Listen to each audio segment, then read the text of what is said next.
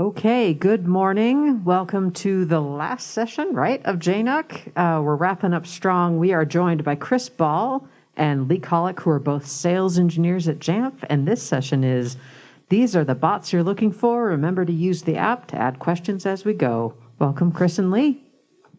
Thank you very much. And welcome, everybody. Last session of the day, last day of JNUC. Hope you have enjoyed your time here in Austin.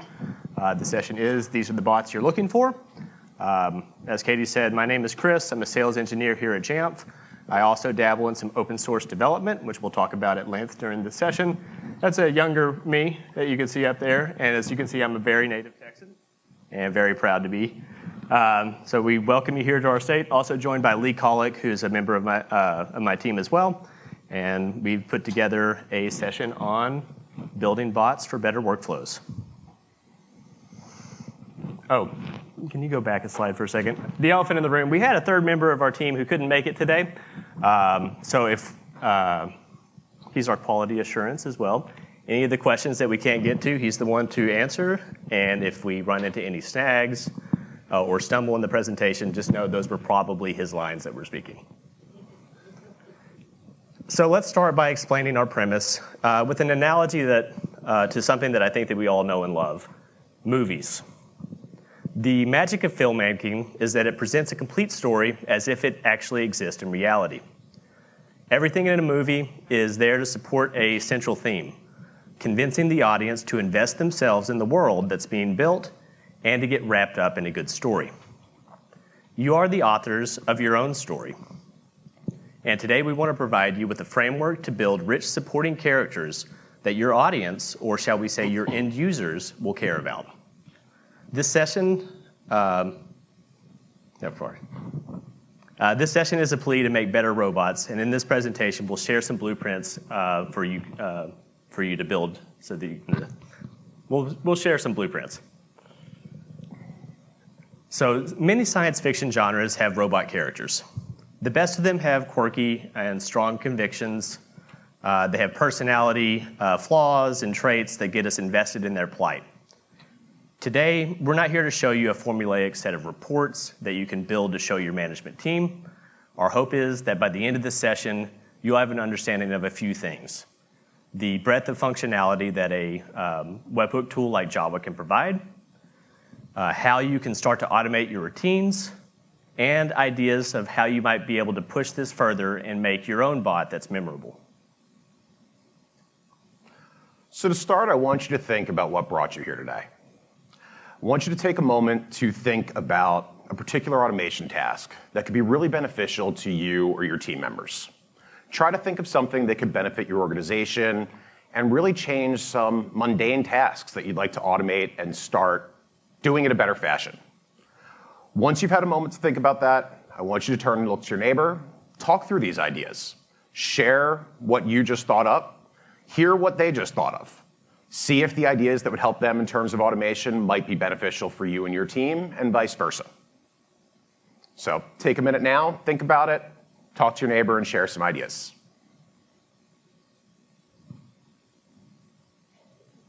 Click. Dude, move your lanyard so it's not on your mic.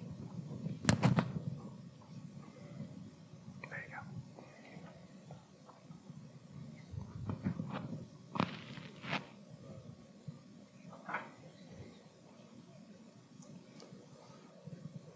All right, everybody, thank you for that. And I hope you've come up with some really cool ideas about automation. I want you to remember these as we're going through the presentation because we will be reflecting back on them in a little bit. Additionally, if you're interested, there is the Q&A section in the chat. Please feel free to post any of these ideas in there, and we can talk about them during the Q&A portion. So as Chris mentioned, our tool for automation is the Jamf Automation and Webhook Assistant, or as we like to call it, JAWA for short. This is not JNUC's first JAWA-based session. That was called If This, Jamf That, and that was presented at last year's JNUC by Chris Ball and Walter Dobbins Jr. In that session, they talked about the various ways that automation helped Cincinnati Children's Hospital. For example, automation helped them increase scale, dependability, customization, and precision, all of which help the hospital really to relieve a ton of manual verification effort. Additionally, beyond this session, we also had a session yesterday that was called Hello, my name is iPad. And this was another session that dove fairly deep into some automation workflows that you could look at. So if last year's session wasn't enough for you, check out yesterday's session. It will be available online shortly. Now, our session today is a follow-up to those two in a lot of respects. We want to tell you some more ways that automation can help you in your organization, but we really want to add a twist to that. Previously, automation has really been geared towards admins. You're doing these tasks to make your life easier and to help you on the back end. We want to take it one step further. We want to enable your users and your stakeholders to also benefit from automation. We want to help them to make daily or even uncommon tasks much easier to accomplish. So think for a second. Do you have an update? Do you need an update on certain metrics? Well, imagine if you could get that data available to you without having to log into Jamf Pro. I imagine that you can choose to receive this information either by a push or a pull. If you want to go to a website to view the data, then you can go to a website. Or we can deliver this data directly to you on your collaboration platform of choice, like Slack or Microsoft Teams. We want to expand automation beyond simple task repetition to empowering the entire organization to complete tasks so that you can stay focused on what's most important to you. So we've developed a few storylines that we think demonstrate what's possible, extending beyond Jamf Pro and involving the power of all that Jamf has to offer in a unique way. To do so, we'll use a few technologies, including the solution from Jamf's marketplace, JAWA. We'll use developer tools like Jamf Pro's webhooks and its APIs. And we're going to use my very best friend, the Python programming language, to reach our goals. We encourage you to use these same resources, especially Python, as you turn toward building your own bots. So the first storyline we're going to talk through is going to show a way that automation can help to solve a problem we're all facing. I'm not even going to ask, because I'm sure most of you fit this model, but a lot of us probably have unencrypted USB storage devices in our environment. These are a real challenge for organizations, and it's something that we wanted to use automation to help solve. We also, before we get to the solution, wanted to come up with a fun way to get your team or get your management excited about trying to use automation to help things like unencrypted USB storage devices. Now, if you're anything like me, nothing is going to convince you more to do something or make an impulse buy, for example, than a late-night infomercial.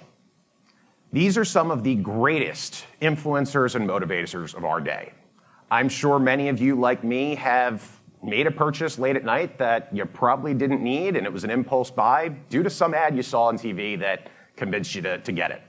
I've got a blender that's magic and all sorts of other things at home that who knows what their actual purpose was, but an infomercial convinced me to do it. So I want you all to take a moment. Let's pretend that we're at home, it's late at night, we're watching some terrible TV, and a commercial break starts. We're reaching for that remote control, but an ad catches our attention. That ad is our infomercial for a USB bot. And there's no sound.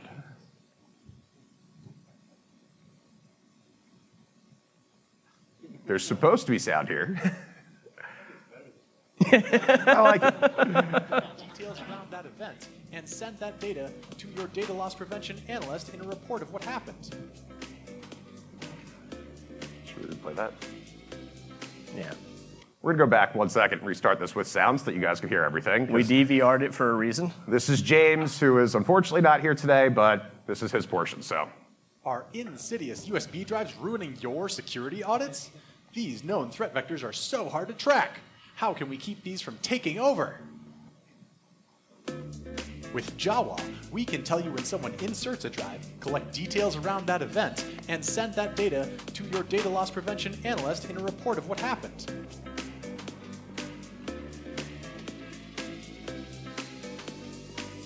Thanks, JAWA.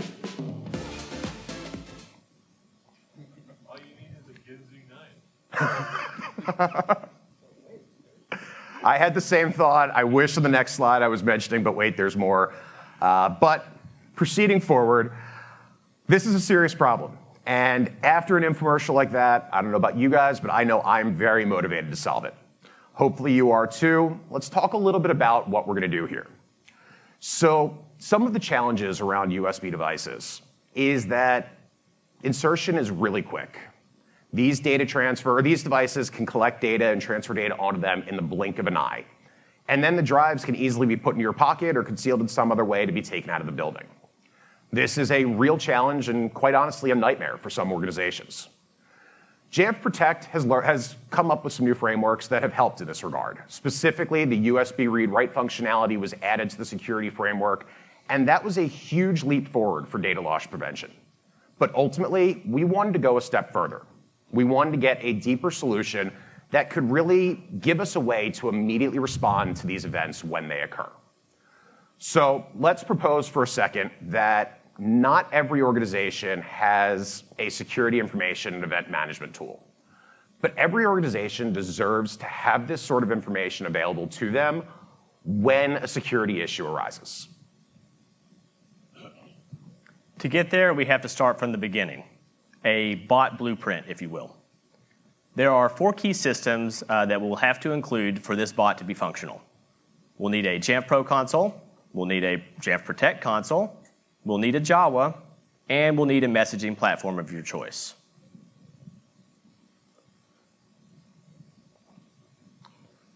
So the first system that this bot interfaces with is Jamf Protect. Jamf Protect's analytics that we saw on the 2 slides ago give us insights into USB events as they occur on client devices.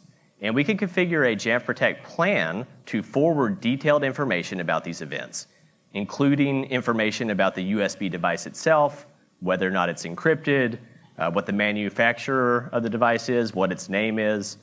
We can also get client information to know what device the USB was plugged into.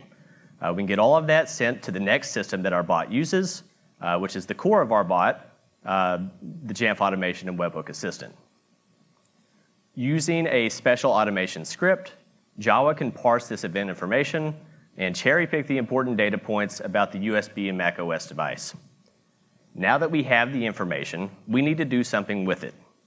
Now, at this time, our bot just needs to store it.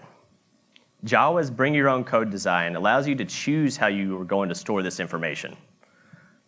Since our bot design desk deals primarily in Python, we're choosing to store this information in a document database that's friendly with Python. Specifically, we used MongoDB. MongoDB allows us to store and organize this information in ways that are,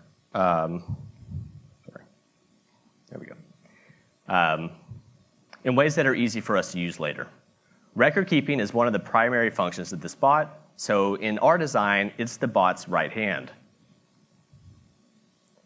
If we want to add additional information to our database about the device, maybe the user that's associated with it, or if we determine that this event was severe enough to require administrative correction, our bot can make a call out to Jamf Pro's API.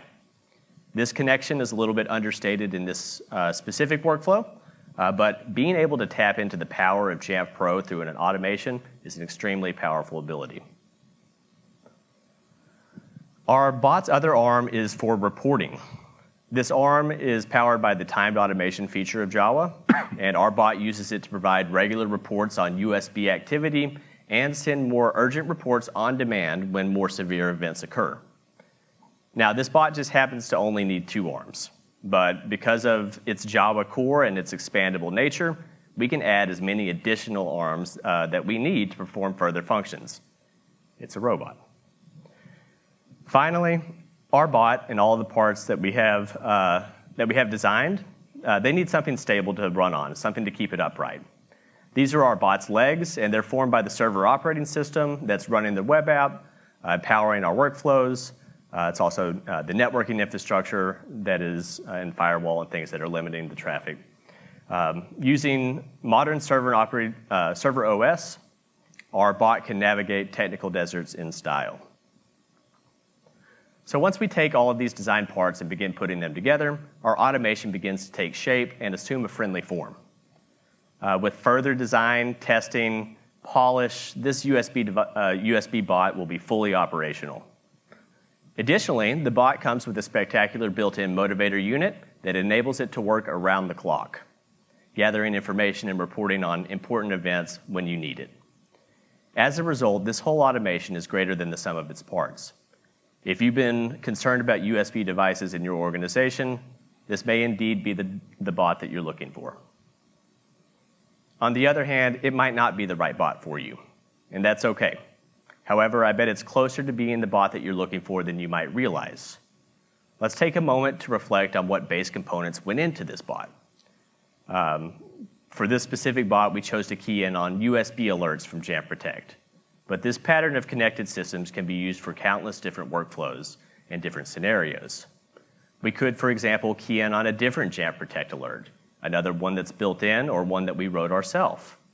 Or perhaps we would just want to focus on Jamf Pro events using webhooks. Or maybe we want to capture something else instead. Perhaps we want to store this information into a system of record like a database. Maybe we want to send out reports and alerts through a messaging platform. Maybe we don't. The choice is entirely up to you and is dictated by your goals for the automation. By using JAWA as the core component for your automation, we can pick and choose from the other available components to build a bot that makes our lives better. So let's think back to the start of this when Lee asked you what your ideal bot would be. Can you visualize the components that would go into building it? If so, your bot is already beginning to take form. All you have left to do is fill in the gaps. This QR code links to the USB statistics workflow that we built for this. This is a proof of concept, and watch this space for changes as we'll continue to add and enhance it as time goes on. But we built it as a proof of concept to illustrate the following points. One, that a webhook receiver like JAWA can receive and act on alerts from Jamf Protect and systems other than Jamf Pro. And second, that a system of record, like a database or MongoDB, enables us to provide quantitative analysis over time. The pieces that we think matter is that we're bringing alerts to an existing platform of choice, and we're building it in a way that helps encourage all of our stakeholders to receive data that they care about when they care about it, either proactively in a pool or scheduled via push. So that was one way you could use a bot to help your organizational security posture. And try to remember, these bots are just examples of what you could do with automation. As Chris said, they might not fit exactly into your environment as they currently are built, but hopefully these start to inspire you to build your own bots and put your own spin on some of these things. We're going to shift gears now for a moment away from unencrypted USB storage device, and we're going to take a look at our second workflow. And I'll give you fair warning now, this is going to raise a bit of a contentious subject, that of operating system updates. But the nice thing is, this is also a bot that does one of the things I originally spoke about. We're going to shift the power of automation from the admin to the users and other stakeholders. We want to make sure that everybody has the ability to benefit from automation. So I want you to try to imagine a world where a user could receive a message saying, hey, you've got devices that have an update available. And with the simple click of a button, that user could launch those updates remotely, simply from the device they already are holding in their hands. Sounds pretty great, doesn't it? We call this bot our coffee break app. And we're going to dive a little bit into it. We really hope you like it. So in this scenario, to walk through how Coffee Break works, we're going to look through the life of Dean. And Dean has 3 different devices. He has a company-issued Mac, a company-issued iPad, and a personal iPhone that he's enrolled through BYOD. It's really cool that Dean's organization gives him access to use the different tools or devices he has to suit the work needs that he comes into. Because all of these devices are managed, this is going to create the foundation that allows our Coffee Break app to work. So in this example, Dean is going to have a new update available for his Mac and iPad. Think about what's happening right now. There was an update for your iPhone last week and for your Mac next week. So in this situation, self-service is going to notify Dean that this update workflow is available. So Dean will go ahead and open self-service, and in self-service, he will see the coffee break app. This app will only be available to Dean when an update is available on one of his devices. So if he clicks into the coffee break app, that's going to trigger an automatic email that is going to be sent to Dean that's going to have a link to a specialized update portal. That update portal will show Dean the managed devices he has that are linked to his account and give him the option, with the simple push of a button, to update those devices. The beauty of this is Dean can push that button from his phone, know he's remotely sending the commands out to his Mac or his iPad, and that's it. He can walk away from work for a couple minutes, he can take a little break, and maybe he can go refill his beverage of choice. Now, I understand this is a really novel approach we are taking to updates. We are passing some of the control of MDM commands off to our users and letting them send those commands to the managed devices registered to them. For some of you, this might seem like a really scary concept. Let's be honest, as admins, we don't always trust our employees and users to do the right things. Giving them this power is kind of scary. But we're really just leveraging a lot of native Jamf Pro functionality, like self-service or remote commands, and we're passing the ability to launch those commands off to our employees to do it at a time that is convenient for them. We're really not making changes here. We're not replacing our old tools with new ones. We're just augmenting those tools' capabilities. And if you think about it, that's what a bot should do. They're not there to distract from the main characters in your story. They're there to support them when the going gets tough.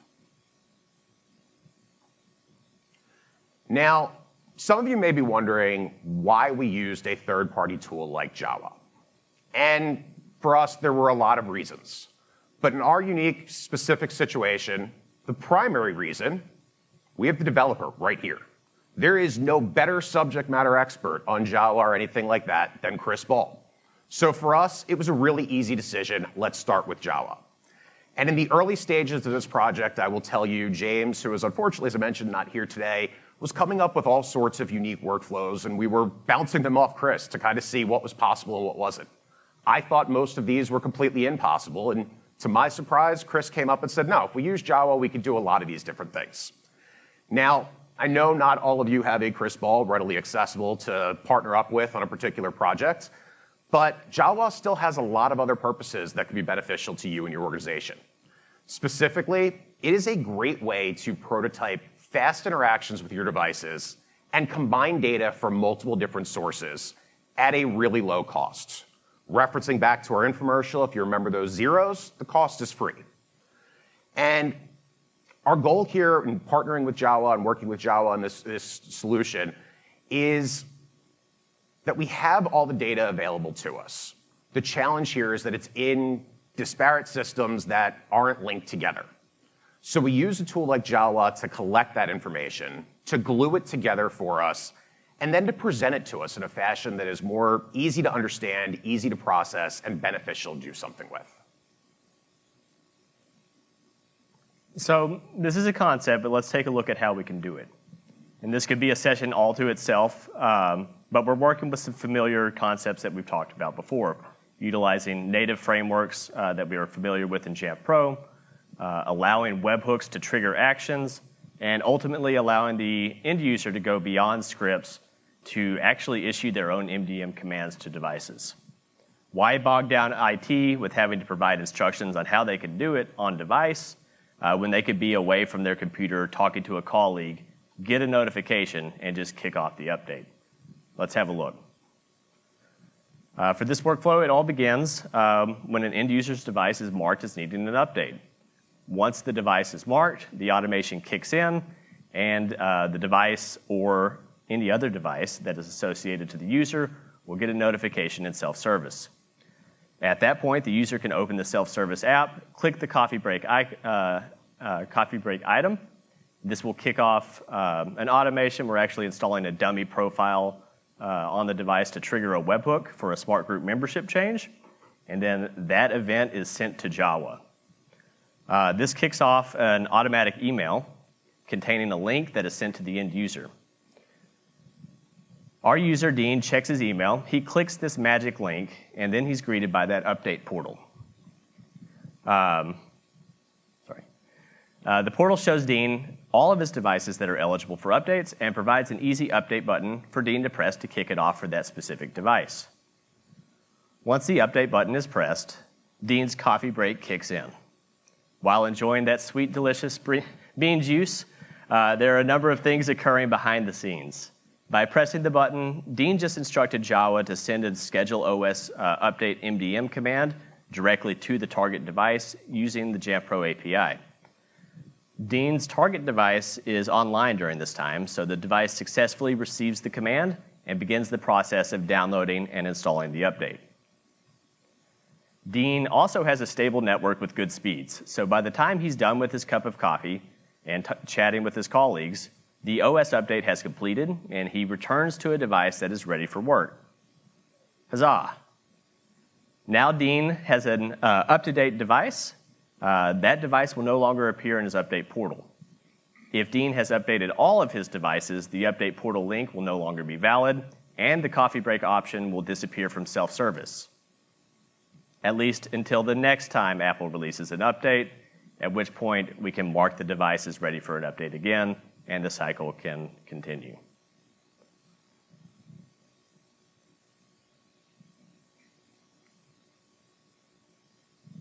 As our design takes shape, the end result is a friendly little bot that sparks joy for our end users by taking a normally lengthy and hands-on process and distilling it down to just a couple of taps for the end user. This user doesn't even have to be in the same location as the target device, since the bot can be reached anywhere and it uses MDM commands via Jamf Pro. We as IT professionals might even have time to enjoy a coffee break ourselves, since this bot provides a method for our end users to update their own devices with a simple, streamlined workflow that requires minimal interaction and no contact with IT. So as we wind down and start heading toward the Q&A, we want to leave you with a few considerations. First, these bots are designed as example workflows, and they're not readily available to use out of the box. It's not one size fits all. We are familiar with that in IT. They are proofs of concept, and we recommend that you test, modify, and test again before you take an idea like this and put it into production. Check with your networking and security teams to make sure that you're keeping with best practices if you're standing up a new server to run these automations.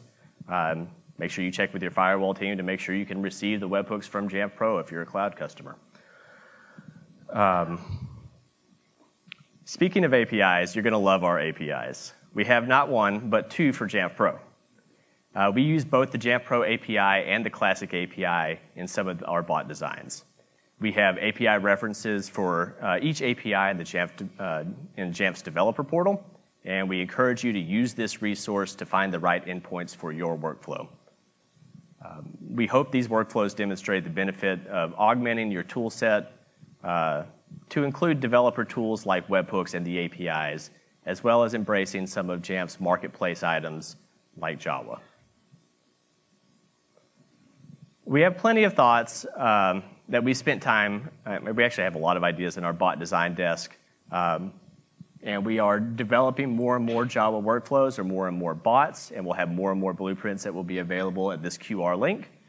And our goal is to not overwhelm you with technical documentation and technical workflows. It's really just to inspire you to test these out for yourselves and see how easy it can be to automate tasks that usually take significant effort on your part. So we hope that we've opened the door to new ideas and possibilities of how we can approach managing and securing endpoints. We've provided why we think this will help your organization with our examples that feel common enough and challenging enough to overcome. So perhaps you have a reason to get caught up in the story of how automation can help you succeed in your role. We hope that you'll embrace these bots and customize them further to be the supporting character your story needs. In short, we hope these are indeed the bots you've been looking for. Thank you.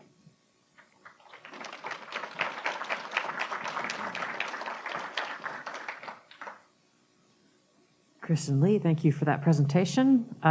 James has been helping in the questions that have already come in, so I'm going to go ahead and read a couple of them for you to chime in as well. One question is, why did you choose Python? I love Python. Don't ask me this question. I'll talk to you all day. Python's my favorite programming language. If you're new to programming, it is by far the most readable language that I've seen out there. I can read through a Python script and it's like I'm reading English. If I look at other languages, and I'm not going to knock them by name, but it does not look like English. It looks like machine language. So Python for me is a perfect bridge between the human element, me, and then the machine element, the computer that I'm trying to work with. Also, I'm going to plug a great resource, talkpython.fm. Their training courses really steered me toward Python and helped me embrace it. So that's why I chose Python. Also, the JAWA application is powered by Python. So for these specific workflows, you already have, if you're running JAWA, you already have Python available. Awesome. Does JAWA readily support other databases other than MongoDB? Absolutely. Because it's an open-ended design, you have to bring MongoDB into this design to get MongoDB off the ground. SQLite is something that's already built in. It's a built-in library for Python. So if you want to start light, use SQLite. If you don't even want to use a database and you just want to use a flat JSON file or anything like that, all of that is possible. It's all part of the choose your own adventure with bot building. Okay, James chimed in on this one, but you can feel free to elaborate on it. Does the update bot safely close and save open documents? Does Mac OS safely close and open documents? So that depends. We could. Like with this bot, we could actually put scripts and policies in line for the computer prior to kicking off this command. So this comes into the testing element. If you test on a device and the behavior isn't what you'd like, maybe an application is hanging and preventing the update, well, that's a big red flag in our testing to say we're going to have to add an additional piece, maybe just add in a quick policy that will kill these critical apps prior to the MDM command. In watching this, I'm thinking that JAWA could be a good tool for giving us better scripting capabilities on iOS devices. The primary idea that comes to mind is an iOS setup bot. Does JAWA provide a GUI, or was the update bot using a different front end? JAWA has a GUI. It is a web server. So it could be a great interface for iOS devices where we don't have on-device scripting capability. We actually have worked through some workflows where JAWA or something like it is used like a Jamf setup application on steroids, if you will. Just give you a lot more options, get a lot more input from the end user. Maybe they even tell us who they are in part of that process. So long answer, but short answer is yes, you definitely can. It was not built into this design, but it might be in the future iterations on that page that we saw. James helped on this one too, but what behavior happens if the user doesn't have enough space to update? Do you have something to guide users through freeing up space if needed? We don't have it in our design right now, but if the device doesn't have enough space to update, it's not going to perform the update. You're going to get an Apple error, and you'll get, I believe, a response in Jamf Pro that says the command will fail. However, we do have those data points available in Jamf Pro, so maybe part of our design is that this coffee break app will, instead of letting them kick off the update via that self-service or the email magic link, maybe it will just tell them, you have an update available, but you don't have enough space. We have the information in Jamf Pro, so it's just a matter of putting pen to paper and making sure that we have our order of operations straight. Awesome. I saved this one for last in case you wanted some help with it. Will JAWA's functionality ever be rolled into Jamf Pro directly? I would love some help with that one. I thought you might.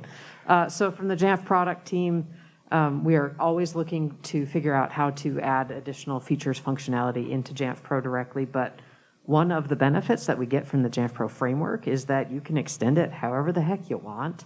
And that's one of the major benefits that we get from a tool like JAWA is the ability to kind of extend and solve problems without having to bake it into the product. So the answer is maybe, and maybe we are just kind of cherry picking additional functionality to add over time. But I think JAWA is super cool, so.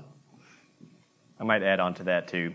And it may not, and it may be a good thing, or may not. But to give a Python example, if you're familiar with Python, the most popular, by far, the most popular library out there is something called requests. And they've been asked time and time again, the Python community, are you going to add this library to be a built-in as part of Python? And the answer was no. And it wasn't because they didn't see the value in requests. It was because they recognized that they had their software and release cycles, and it was a bit slower than what request than the cycles that request was using. So in a way, they saw more value for request to live on the periphery of Python because they could be more nimble with their updates and react a little more quickly. Awesome. And that's it. So thank you, Chris. Thank you, Lee. Thank you, everybody. I hope you enjoyed JNUC this year.